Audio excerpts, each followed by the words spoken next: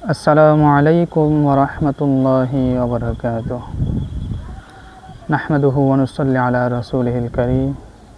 أما بعد فأعوذ بالله من الشيطان الرجيم. بسم الله الرحمن الرحيم. يا أيها الذين آمنوا توبوا إلى الله توبة نصوحا. وقال رسول الله صلى الله عليه وسلم التائب من الذنب كمن لا ذنب له. আলহামদুলিল্লাহ, আল্লাহ পাক সুবহানাহু ওয়া তাআলা দরবারে লাখো কোটি শুকরিয়া যে মহান রব্বুল আলামিন আমাদের সকলকে এখনো বিভিন্ন বালা মুসিবত থেকে হেফাজত করে রেখেছেন। আজকে আমি আলোচনা করব গুনাহ থেকে কিভাবে রক্ষা পাওয়া যায়, গুনাহ থেকে বাঁচার মাধ্যম। কোরআন সুন্নাহর আলোকে কিছু কথা বলার জন্য চেষ্টা করব ইনশাআল্লাহ। আমরা মানব জাতি যেমন ভালো কাজ করে ঠিক তেমনি খারাপ কাজও করে। কেউ যদি খারাপ কাজ করে ফেলে তাহলে আল্লাহ পাক সুবহানাহু ওয়া তাআলা ওই বান্দার জন্য তওবা করার, ক্ষমা চাওয়ার দরজাটা খুলে রেখেছেন। তো গুনাহ থেকে বাঁচার যে মাধ্যম, তার মধ্যে অন্যতম একটি মাধ্যম হচ্ছে খালিস নিয়তে, খাঁটিভাবে তওবা করা।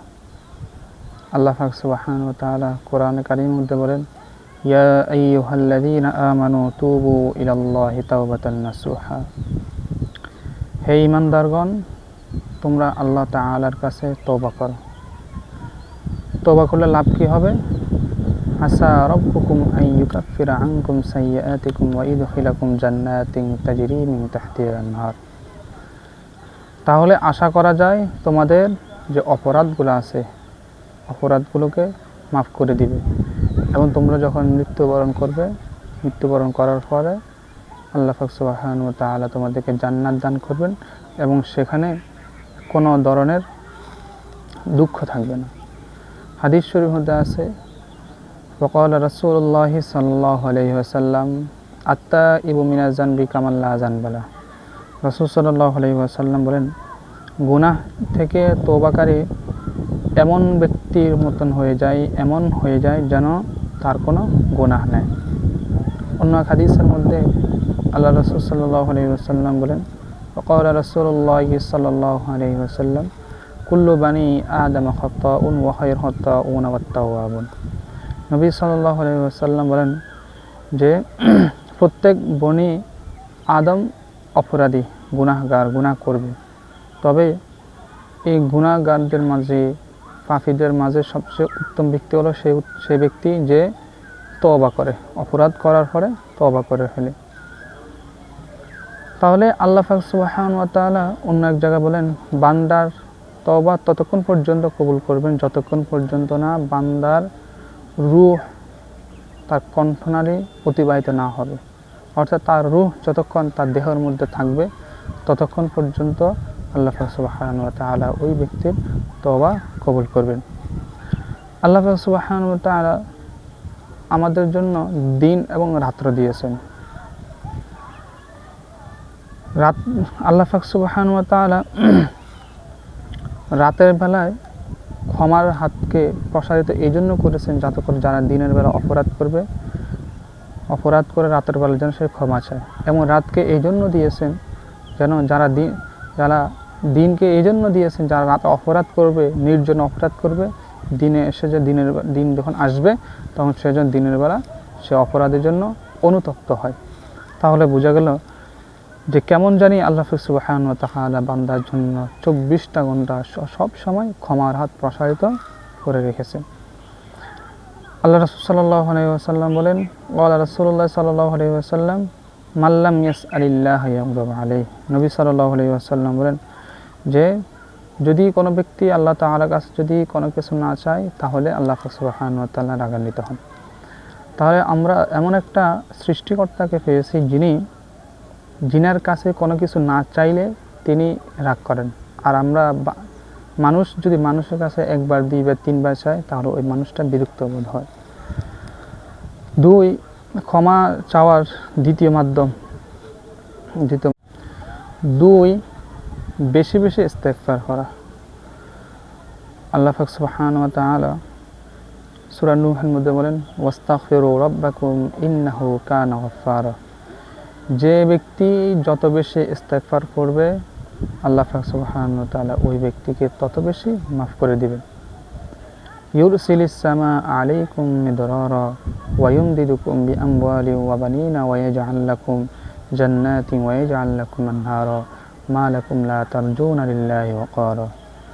এবং তার জন্য মুষলধারে বৃষ্টি বর্ষণ করবেন এবং তাকে এত বেশি সম্পদ, যে ব্যক্তি যত বেশি ইস্তেগফার করবে আল্লাহ পাক সুবহানাহু ওয়া তাআলা তাকে তত বেশি সম্পদ দেওয়ার ওয়াদা করলেন।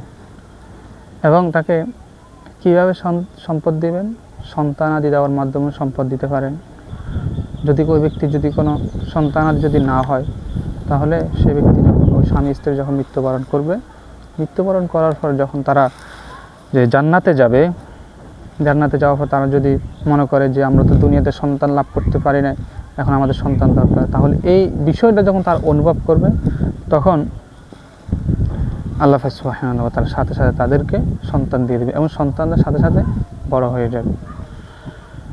3 ক্ষমার আশায় কেউ যদি ক্ষমার আশায় আল্লাহ সুবহানাহু ওয়া তাআলার কাছে ক্ষমা চাওয়া, যে এই আশাটা রাখতে হবে, বিশ্বাসটা রাখতে হবে যে আমি যদি ক্ষমা চাই আল্লাহ সুবহানাহু ওয়া তাআলা অবশ্যই আমাকে ক্ষমা করবেন।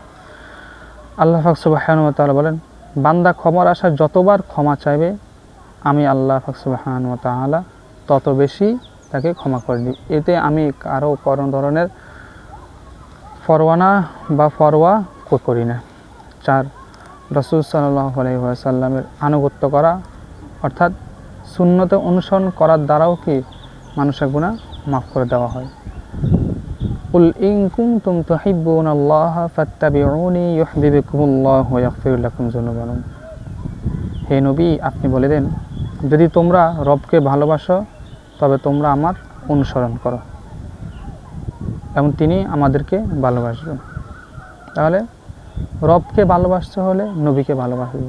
যদি নবীকে ভালোবাসার মানে হচ্ছে আল্লাহ পাক সুবহানাহু ওয়া তাআলা এবং নবী সাল্লাল্লাহু আলাইহি ওয়াসাল্লাম সুন্নাহ যেগুলো আছে এগুলো অনুসরণ করা। 5 আজান দেওয়া। আজান দেওয়ার মাধ্যমে মানুষের গুনাহগুলো মাফ হয়ে যায়। হাদিস শরীফের মধ্যে আছে যে মুয়াজ্জিনের আওয়াজ যতটুকু যাবে তাকে ততটুকু পরিমাণ মাফ করে দেওয়া হয়। এবং যদি সাগর পরিমাণ যদি এবং সাগরের মধ্যে যত গাছপালা রয়েছে এবং ওই জায়গার মধ্যে যত গাছপালা থাকবে, অর্থাৎ আজানের আওয়াজ যতটুকু যাবে ওই আওয়াজের মধ্যে যত গাছপালা থাকবে ওই গাছপালাও কাল হাসরের ময়দানে ওই মুয়াজ্জিনের পক্ষ হয়ে সাক্ষ্য দিবে। সূরা মুমিনের মধ্যে আল্লাহ পাক সুবহানাহু ওয়া তাআলা বলেন ওয়ামান আহসানু কাওলাম মিম্মান দাআ ইলাল্লাহি ওয়া আমিলা সলিহা।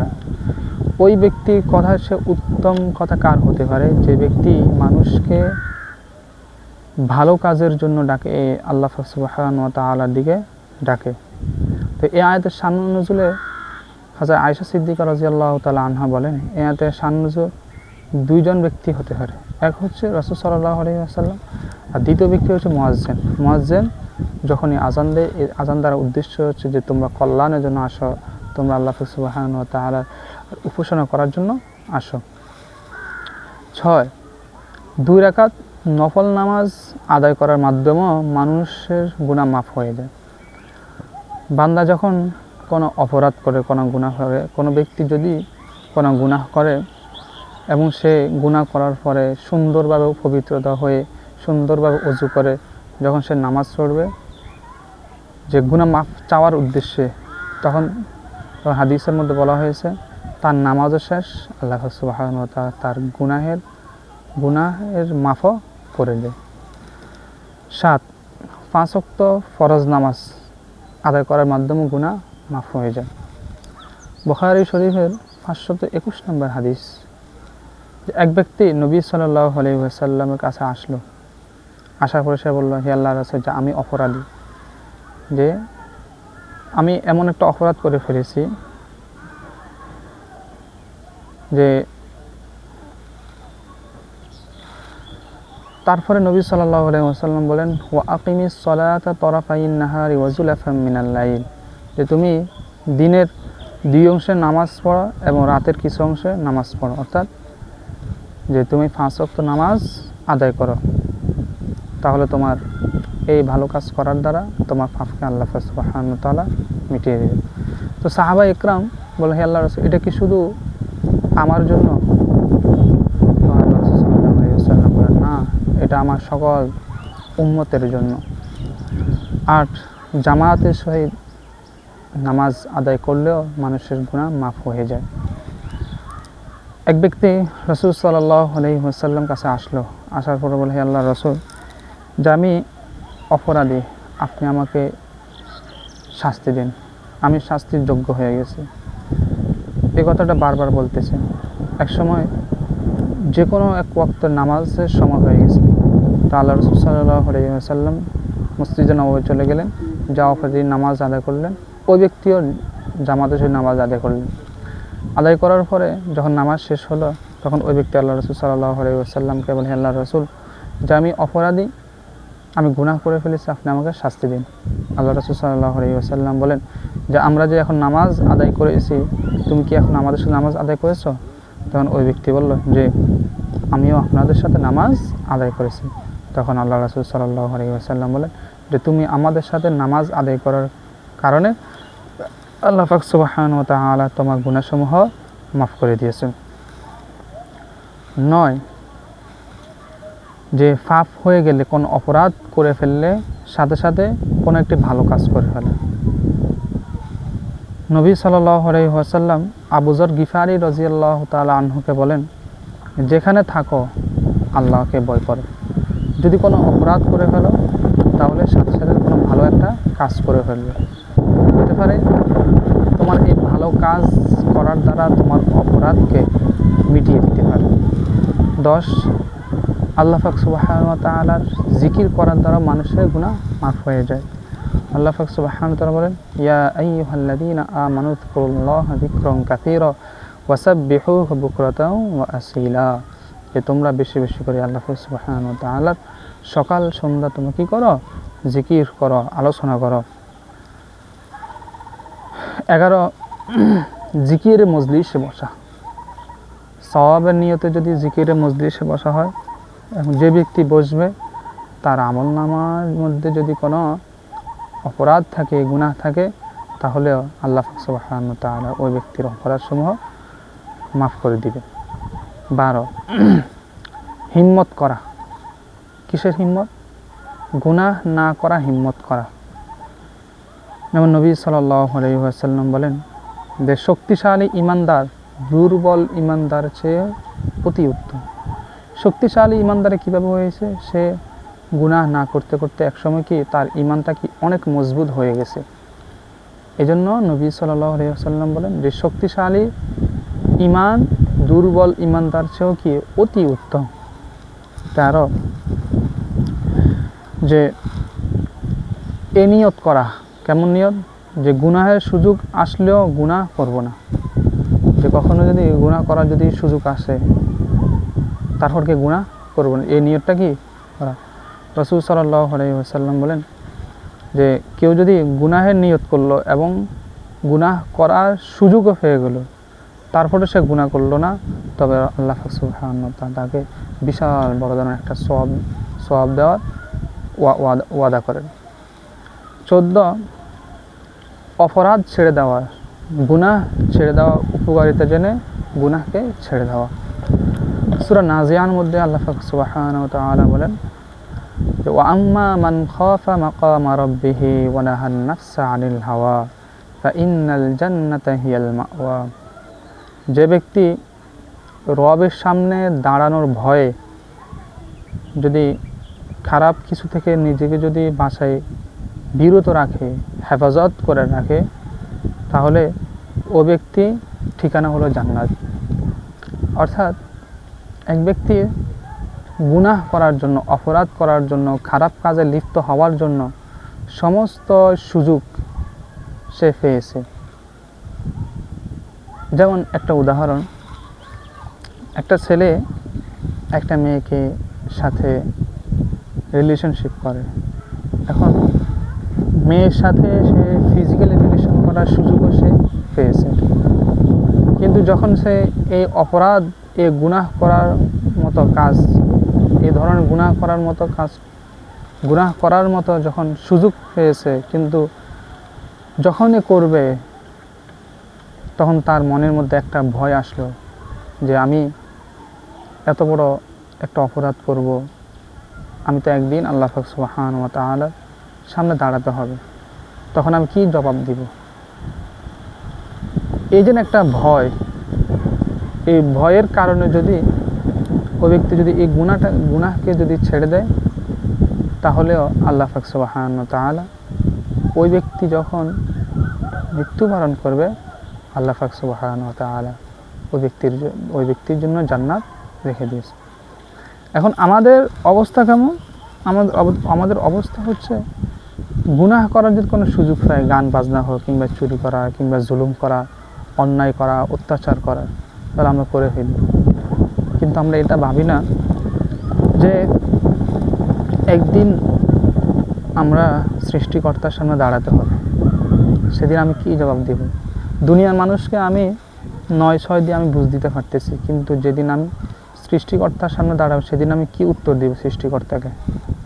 সেদিন তো আমার তো কোনো উত্তর থাকবে না, কারণ সৃষ্টিকর্তা সব কিছু দেখতেছেন। আমাদের সাথে সবসময় 2টা ফেরেশতা থাকে, একজন নেক আমল লেখেন, আরেকজন বদ আমলগুলো লেখেন। তাদেরকে কি উত্তর দেব? তারা তো লিখতে আছেন। এবং কিয়ামতের দিন আমাদের মুখকে বন্ধ করে দেওয়া হবে, আমাদের হাত, পা, নখ, চোখ, কান, সব কিছুর জবানকে খুলে দেওয়া হবে। তারা তো সব কিছু বলে দিবে। পা বলে দিবে যে আমার উপর ভর দিয়ে তো তুমি গুনাহ করতে গিয়েছো। হাত বলে দেবে তুমি আমার দ্বারা কি করছো? গুনাহ করেছো। চোখ বলে দিবে যে তুই আমার দ্বারা এই খারাপ কাজটা দেখছো। এই সব কিছু আমার যত অঙ্গ প্রত্যঙ্গ আছে, সমস্ত অঙ্গ প্রত্যঙ্গ কী করে দিবে? বলে দিবে। তখন আমি আপনি কই যাব? এই যে দুনিয়ার মানুষকে 9-6 দিয়ে আমি বুঝাইতেছি, কিন্তু আল্লাহ পাক সুবহানাহু ওয়া তাআলাকে কীভাবে বুঝাবো? ওনার সাথে কোনো বাটপাড়ি করা যাবে না, কোনো চিটিংও করা যাবে না। তখন সমস্ত মানুষের সামনে আপনার মাথাটা নত হয়ে যাবে। এজন্য হযরত ওমর রাদিয়াল্লাহু তাআলা আনহু বলেন, তোমরা মৃত্যুর আগে মৃত্যুর জন্য প্রস্তুতি গ্রহণ করো। এখন যে আপনি যদি মারা যায়, এই মুহূর্তে যদি মারা যায়, মৃত্যুর সাথে সাথে আমার কিয়ামত শুরু। মৃত্যুর পর আমার হিসাব নিকাশ সব কিছু শুরু হয়ে যাবে। তখন হিসাব নিকাশ যদি সুন্দরভাবে যদি আমি সুয়াল জবাব উত্তর দিতে পারি, তাহলে না আমার জন্য শান্তি অপেক্ষামান। আর যদি সুন্দরভাবে যদি উত্তর না দিতে পারি, তাহলে আমার জন্য ওই জাহান্নামের ভয়াবহ আযাবটা অপেক্ষা করতেছে। তো প্রিয় দোস্ত বুজুর্গ, যে এখন থেকে আমরা মৃত্যুর জন্য প্রস্তুতি গ্রহণ করতে হবে। যে কোনো সময় মৃত্যু চলে আসতে পারে। মৃত্যু যখন মানুষের চলে আসবে, তখন একটা মানুষের জন্য ফাইদা আজালুহুম লা ইস্তাখিরুনা সাআতান ওয়া লা ইস্তাকদিমুন। যখন কোনো মানুষের মৃত্যু চলে আসবে, তখন ওই ব্যক্তির জন্য মৃত্যুকে 1 সেকেন্ড দেরি করা হবে না, আবার 1 সেকেন্ড দেরি করা হবে না, আবার 1 সেকেন্ড অপেক্ষা করা হবে না, সাথে সাথে হয়ে যাবে। যার যে সময় মৃত্যুর সময়, ওই ব্যক্তির সেই সময় মৃত্যু হয়ে যাবে। তাহলে আমরা আজকে কিসের জন্য এত বড়াই করতেছি? আমরা নিজেকে নিয়ে এত অহংকার কিসের? টাকা পয়সা। কোরআনে বিভিন্ন জায়গায় বলা হয়েছে যে দুনিয়ার সমস্ত মানুষ হচ্ছে মিসকিন, আল্লাহ পাক সুবহানাহু ওয়া তাআলা হচ্ছে প্রকৃত ধনী। অহংকার করলে তিনিই করবেন, তিনাকে অহংকার করলে মানায়, তিনি অহংকারের উপযুক্ত। আমি আপনি কিসের উপযুক্ত? এদের সম্পদ, অর্থ সম্পদ, এগুলা আমরা ভোগ করতেছি, এগুলো কোথায় দিকে পাইতেছি? তিনি তো দিতেছেন, একজন মাধ্যমে তিনি আমাদেরকে দিতেছেন। তো তিনার নিয়ামত আমরা ভোগ করতেছি, অথচ আমরা তিনার উপাসনা করতেছি না। তো এটার জন্য কি জবাবদিহিতা করতে হবে না? অবশ্যই করতে হবে। আল্লাহ পাক সুবহানাহু ওয়া তাআলা কোরআনে কারীমের মধ্যে বলেন, ওয়ামা খালাকাতুল জিন্না ওয়াল ইনসা ইল্লা লিয়াবুদুন। আমি মানুষকে সৃষ্টি করেছি, মানুষ এবং জিন জাতিকে সৃষ্টি করেছি শুধুমাত্র আমার উপাসনা করার জন্য, শুধুমাত্র আমার ইবাদত করার জন্য। প্রত্যেকটা মানুষ কোনো জিনিসকে যখন বানায়, একটা ঘর কিংবা একটা মোবাইল কিংবা ল্যাপটপ, যে কোনো জিনিস, এই জিনিসটা বানানোর পিছনে একটা উদ্দেশ্য থাকে। যেমন একটা বিল্ডিং, এই বিল্ডিংটা বানানোর পিছনে একটা উদ্দেশ্য হচ্ছে যে আমি এখানে থাকবো, আমার ছেলে মেয়ে থাকবে, আমার ভবিষ্যতে যারা আসবে তারাও এখানে থাকবে। এখানে থাকলে আমি বিভিন্ন ঝড় তুফান কিংবা বৃষ্টি থেকে আমি নিরাপদে থাকবো, ভালো থাকতে পারবো, শান্তিমতো ঘুমাতে পারবো। এটা ঘর বানানোর একটা উদ্দেশ্য। তো আল্লাহ পাক সুবহানাহু ওয়া তাআলা আমাদেরকে বানাচ্ছে একটা উদ্দেশ্য, যে আমরা যেন তিনার উপাসনা, ইবাদত, বন্দেগী করতে পারি। 15, অপরাধের, গুনাহ করা ভয়াবহতা জেনে অপরাধকে ছেড়ে দেওয়া। আমি জানি চুরি করলে কি শাস্তি, সুদ খেলে কি শাস্তি, অত্যাচার করলে, জুলুম করলে কি শাস্তি, আমি এটা জানি। এটা জানার পরে এই অপরাধকে, এই গুনাহকে ছেড়ে দেওয়া। আল্লাহ পাক সুবহানাহু ওয়া তাআলা বলেন, ইয়া আইয়ুহাল্লাযীনা আমানুত্তাকুল্লাহ ওয়াল তানজুর নাফসুম মা কদ্দামাত লিগাদিন ওয়াত্তাকুল্লাহ। ইয়া আইয়ুহাল্লাযীনা আমানুত্তাকুল্লাহ, হে মুমিনগণ, হে ঈমানদার, তোমরা আল্লাহকে কি করো? ভয় করো। কিসের জন্য? ওয়াল তানজুর নাফসুম মা কদ্দামাত লিগাদিন ওয়াত্তাকুল্লাহ, আগামী কালের জন্য। তোমরা আগামী কালের জন্য কি পাঠাইছো? আগামীকাল দ্বারা উদ্দেশ্য হচ্ছে কিয়ামতের ময়দানকে বোঝানো হয়েছে। কাল হাসর ময়দানের জন্য তোমরা নিজেদের জন্য কি প্রস্তুত করেছো? বর্তমান সময়ে যে হাসর ময়দান যে একটা বিষয় আছে, ভয়াবহ একটা দিন, এটাকে আমরা এখন বিশ্বাস করি না। যে এই দিন যে কতটা ভয়াবহ হবে, এটা আপনি কল্পনা করতে পারবো না। হাদিসের মধ্যে আছে, কাল হাসর ময়দানটা এমন হবে, এত গরম হবে যে মানুষ জাহান্নামটা আল্লাহ পাক সুবহানাহু ওয়া তাআলার কাছে চেয়ে নেবে, এত উত্তপ্ত হবে। তাহলে কাল হাসর ময়দানের জন্য, হাসর মাঠে নিজের জন্য, পরকালের জন্য আমি নিজেকে কতটুকু প্রস্তুত করে রেখেছি, এবং নিজের জন্য কি জিনিস প্রেরণ করেছি, কতটুকু নেক আমল করেছি, কিছুই করতে পারতেছি না। আর যতটুকু নেক আমল করতেছি, ওই নেক আমলের মধ্যে ভেজাল রয়েছে, লৌকিকতা রয়েছে, লোক দেখানো রয়েছে। কিংবা আমি নামাজ পড়তেছি, এই নামাজের মধ্যে আমার মনোযোগ নেই, এই মনোযোগ না থাকার কারণে আমার নামাজটা কি পরিপূর্ণ হচ্ছে না। আমি নামাজ পড়তেছি, মানুষ আমাকে নামাজি ব্যক্তি বলবে, মুসল্লি বলবে। আমি হজ করতেছি, মানুষ আমাকে হাজী সাহেব বলবে। আমি বিভিন্ন কাজকর্ম করতেছি, সমাজ সেবা করতেছি, মানুষ আমাকে ভালো কাজ করবে। তাহলে আমরা ইবাদত করতে হবে খালেস নিয়তে, যাতে আল্লাহ পাক সুবহানাহু ওয়া তাআলা খুশি হন। তো আল্লাহ পাক সুবহানাহু ওয়া তাআলা আমাদের সকলকে যে সমস্ত কথা বলেছি, এগুলোর উপর আমরা সকলের জন্য পরিপূর্ণভাবে আমল করতে পারি, সেই তৌফিক দান করুন। আসসালামু আলাইকুম ওয়া রাহমাতুল্লাহি ওয়া বারাকাতুহু।